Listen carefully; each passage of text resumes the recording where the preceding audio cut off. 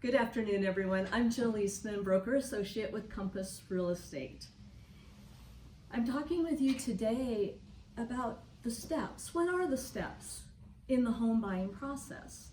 A lot of times people don't know. They think I want this thing, but what do I have to do, right? At Compass Real Estate, we're very much a technology-based company, and the other component that is so important both to Compass and to me personally, my background is in education before real estate, is that people understand what they're doing. These are contracts. This is legal stuff, and if you don't understand, there can be some problems. So, what are the steps in the home buying process? The very first step that someone must do, they think we'll meet with the realtor. No, you actually want to meet with your lender. You meet with me, I don't know how much money you make, I don't know how much debt you have, how much home can you afford to buy, right? So your very first step is to meet with a lender to get pre-approved or pre-qualified for your loan. And the lender will say, you can afford to buy this much house. Then you come to me. That's step number 2, meeting with your realtor, whether it's me or someone else, but hopefully it's me. And then we talk about things. I'm going to ask you a whole lot of questions. What area do you want to be in? How many bedrooms do you need to have? How many bathrooms? Is a fireplace important to you? Do you need a swimming pool? What's important to you in the home that you buy? Then, step number 2, once we get the questions answered, is to go shopping. Anyone like home shopping in here besides me? I love looking at houses. So we start going and we're looking and we're looking and we're looking, and all of a sudden you will walk in to a house. I've seen it happen so many times over the last almost 14 years. Oh, this feels like home. This is the one. Jill, what do we do now? Now we go back to the office and we write the offer. And that is step number 3, is writing the offer. But it's not just putting numbers on a piece of paper. Part of that process, and I do this with each and every client, is to review that contract, because it is a contract, line by line, so that you as the buyer understand what you're signing. So that takes a little bit of time with the first one, and then it gets faster because we've done it the first time and now you understand. So writing the offer is step number 3. There's some negotiations that happen. We go back and forth. You'll probably receive a counter offer from the seller. There may be other offers that they're looking at. And when your offer is accepted,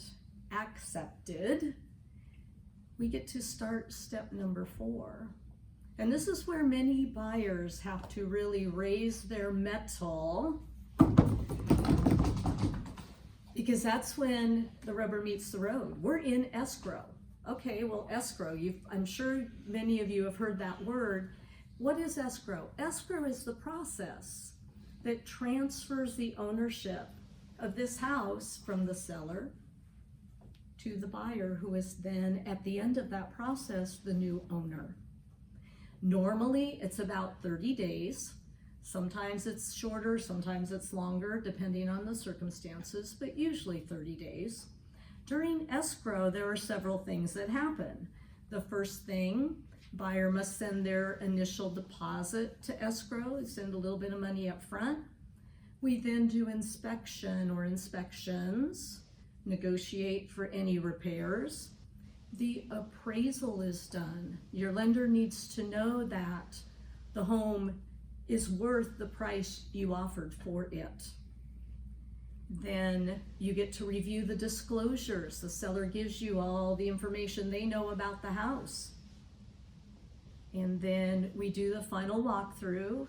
Within 5 days of closing, you sign your loan docs, and then we get to step number 5. I get a phone call or an email, escrow has closed. I call you, we start to scream and yell, we do the happy dance, we meet at the home, you get the keys, and then you get to move in. That is a very quick, very brief overview of the home buying process. And now I would like to open it open up this time for any questions that you might have.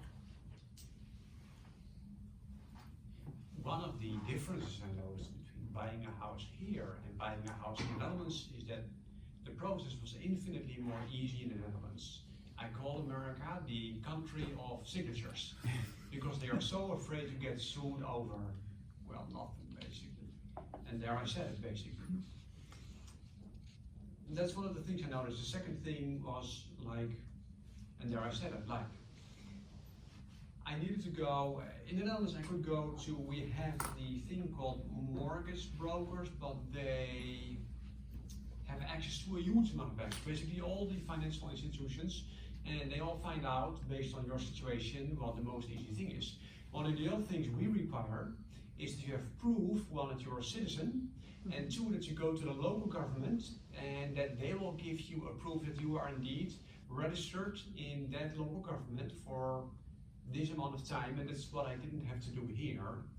The other thing is a down payment that I had to do here, that I didn't have to do in the Netherlands. It just costs way less time, and here, I think it's because, you know, America is run by lawyers, so that's also what trickles down into the homeowner's buying process. This person, and then this person, and this is responsibility, and then, you know, it's just, yeah. It is a different process here Oh, than yeah, many other it's places. way more extended. Are there other questions? Yes. What do you think is going to happen in the San Diego housing market this year? You know what? Based on what I'm seeing and what I'm reading, it is looking like we will continue to go up, even if there is a recession later in 2020, which is definitely being talked about in the news. Hopefully it will slow down a little bit, but it looks, from everything I'm reading and seeing, the trend is that it will continue to go up. John?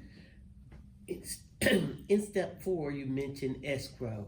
Who are the key players in escrow? What's happening in there? That's a great question, John. Escrow is actually a company, and they oversee that transitioning process of transitioning title from the seller to the new owner, to the buyer. And many things happen during escrow. They make sure the buyer's deposit comes in on time. They make sure that the appraisal comes in, that the lender is getting all of their paperwork done, everything's moving smoothly with the buyer's loan. They also work with title to make sure that any liens, any loans that are attached to that property by the seller are paid off in full at the close of escrow. Sometimes we get a surprise and maybe there's an unpaid child support claim that the seller has. Usually those have been taken care of, but it hasn't gotten removed on title, so then everybody gets to scramble to get that done. So that's escrow, and with that, it looks like we are about out of time, but I would be happy to answer any additional questions afterwards. Thank you so much. Thank you.